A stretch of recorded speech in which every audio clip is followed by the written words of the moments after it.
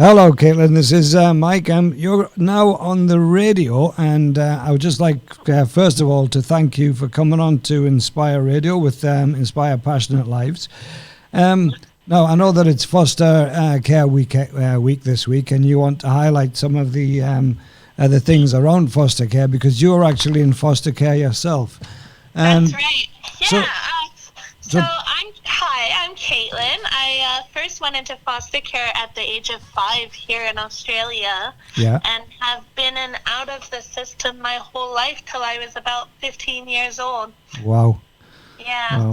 Okay. And I mean, obviously, having good foster parents means something. So, you know, what's your experience with that? Well, I mean, they're the reason I'm still here today. They're the reason I didn't go down a path that, like, let's face it, the odds were statistically stacked against me. Yeah, I can imagine. It's not an easy job, that's for sure. So, I mean, you know, when we talk about positive things that you've had, you must have had some positive experiences in the system by the sounds of it.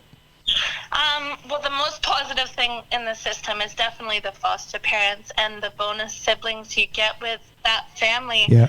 If it wasn't for them stepping up and loving these children, and even when I speak from firsthand experience, of course, I didn't believe that I was worthy to be loved and that people would just abandon me like the rest. It makes a huge difference. Yeah, I can imagine. Yeah. Especially as you said, it's not just you. You've got other siblings that you probably didn't even know at the time, and you've got to build a relationship with them.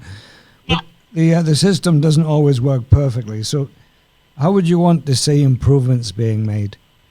Okay, so be ready. Yeah. First, I believe social workers should be vetted. There are some who are in it that are definitely not with their best intention. Right. If you aren't in it because you want to make a positive impact and you want to protect children, then you really shouldn't be in it at all. Right. You don't pick this job for the income. You do it because you want to make a difference. Yeah, of course. Right? Also, I believe foster parents should have rights, in a sense, a right to say, no, this child is to stay here if they believe it's not in the best interest for the child to return. Yeah, okay. Because they grow up with these kids, so they know, they get to know them. Yeah, of course. There should be a valid explanation of why, of course, but they should be heard and at least a return date be postponed. Yeah. The last two things would be that once a child is in the system, they should be given therapy, counseling, and all outlets are exhausted before medicating a child. Wow, because I strongly believe a compliant child is not a happy child. Yeah, of course. And lastly, the aftercare of a foster care child. I don't have anyone that I can say, hey, Dad, want to come watch my son play football? Mm-hmm. Or, Mom, how do I cook a fancy Christmas meal for my husband and entertain a group of 6? Just because they're out of the system shouldn't mean that's the end of that. Yeah. I felt really lost for a really long time. Right, and I can hear it in your voice as well, the fact that it has meant a lot to you. So, the courage of you coming onto the radio to speak about this to everybody is fantastic. So, Katelyn, you're doing a great job. Okay, so let's talk about the aftercare. What was the aftercare like for you when you actually reached 15? Because you're no longer classed as a child, is that right? No.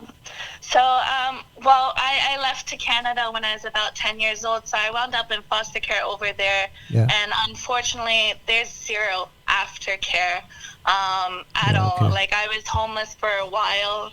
I wound up in women's shelters. Finally, I broke and realized that no one was going to help me, and I had to help myself. Right. It was a long road, but I made it, and I'm here. Yeah, exactly. And that's what I'm saying. You say you've managed to get yourself through. How old are you now, Katelyn, if you don't mind me asking? A woman's never supposed to reveal her age, but I'm 29 now. 29, all right, okay. Wow, well, you've done very, very well. I mean, you did mention, are you in a relationship at all? I'm married, and I'm happily married, and I have 2 children, and I've broken, I feel like I've broken this cycle. Yeah, you've come through the other end by the sounds of it. That's brilliant. That's brilliant. Is that one of your little ones in the background? Yeah. Well, look, I mean, I'm sure that they're going to grow up with some fantastic love and be cherished in the family environment. Oh, definitely. Yeah, exactly. Definitely. I want to go complete opposite. So, yes, that's right. My kids are loved a lot. Yes, I can imagine. So what would you say to anyone who wanted to get into fostering? I would say it's not for the faint of heart. Yeah. But if good people don't stand up and take that role on, so many kids will be lost in the system. Yeah, of course. You're literally changing that child's future by deciding to be a foster parent. Yeah. And as you said, it's not a toy. You know, you're taking somebody on with a personality, with a life. Yeah.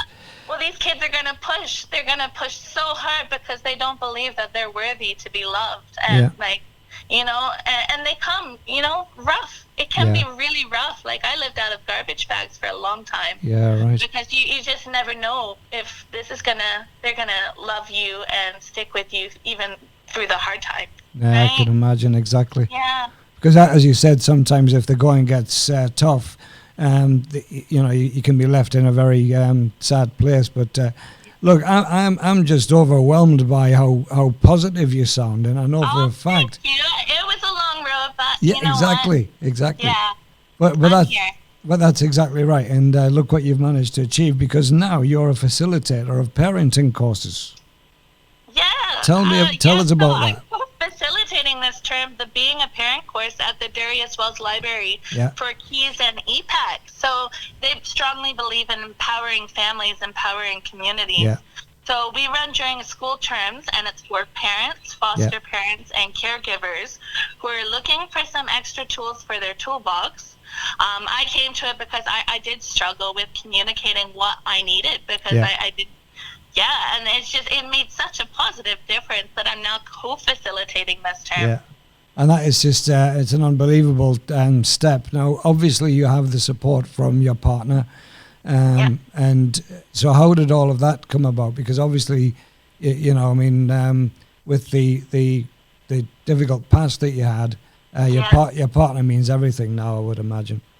Oh, he is my rock. He is honestly, he was the opposite of what I should go for it. I'm like, maybe that's a good thing. And he's my best friend, and honestly, he's a really good support. And I think that's also with my foster parents. I would hear them in the back of my voice saying, "Come on, Katelyn, you're better than this." Yeah. So it made a difference. It really did, because I would still hear them even at 15. Yeah, well, exactly. Now, I mean, what I want to ask you just now, and I'm going to ask you, what song would you like us to play on the radio for you? Oh, you can't go wrong with AC/DC. Oh, you're a legend, man. You really can't go wrong with anything AC/DC. Like Thunderstruck is just awesome song. Right, you've got it. We have to put Thunderstruck. I mean, I've just got my AC/DC collection here. I'm going to put it, in fact, I'll tell you what I'm going to do for you, right? I'm going to put a couple of songs on for you, because one is Highway to Hell. Now, that is such a wonderful song. Right, now the reason for that is simply that was when AC/DC had Bon Scott, right? Yeah. And Thunderstruck was when AC/DC were with Brian Johnson. So what I'll do is I'll put both of them on back to back as well, right? Because you've just struck a chord with me as well. I've just been talking about AC/DC myself on the radio. Well, it got me through some good times. Yeah, for sure. And that's the thing, right? I mean, what you've got to look for are positives. I mean, I'm a silver lining kind of guy, right? I like to make sure the fact that there's silver linings in everything. And because if you can't, you start wondering, well, what's it all worth? What's it all for, right? Absolutely. And that's why I strongly believe that you just got to be kind to people out there, because you never know what someone else is going through. Yeah, exactly. Yep. Now, I am going to ask you just, what does the future hold now?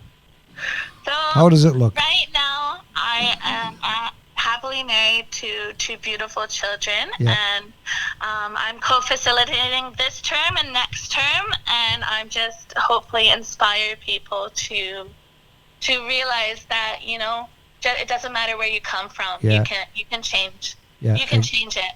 Exactly. And I think if you've got that positive nature, which you obviously have, that's going to make all of the difference. And people need to understand that, right? Yeah. Katelyn, you've done a fantastic job. I do appreciate you coming on to the radio to talk about Foster Carers Week. Hopefully this message will get out. It will be on the Inspire Passionate Lives Radio Facebook page and on YouTube. And I'm going to play a couple of songs for you. Now, the first one, I've decided to change the order around. I'm going to play Thunderstruck first. And the reason for that is that the intro to this song is just magnificent. How you can play the guitar like that, I've got no idea. Yeah, exactly. Right. Awesome. I'll be listening. Thank you so much for having me. Well, this is for Katelyn, and it's called Thunderstruck by AC/DC.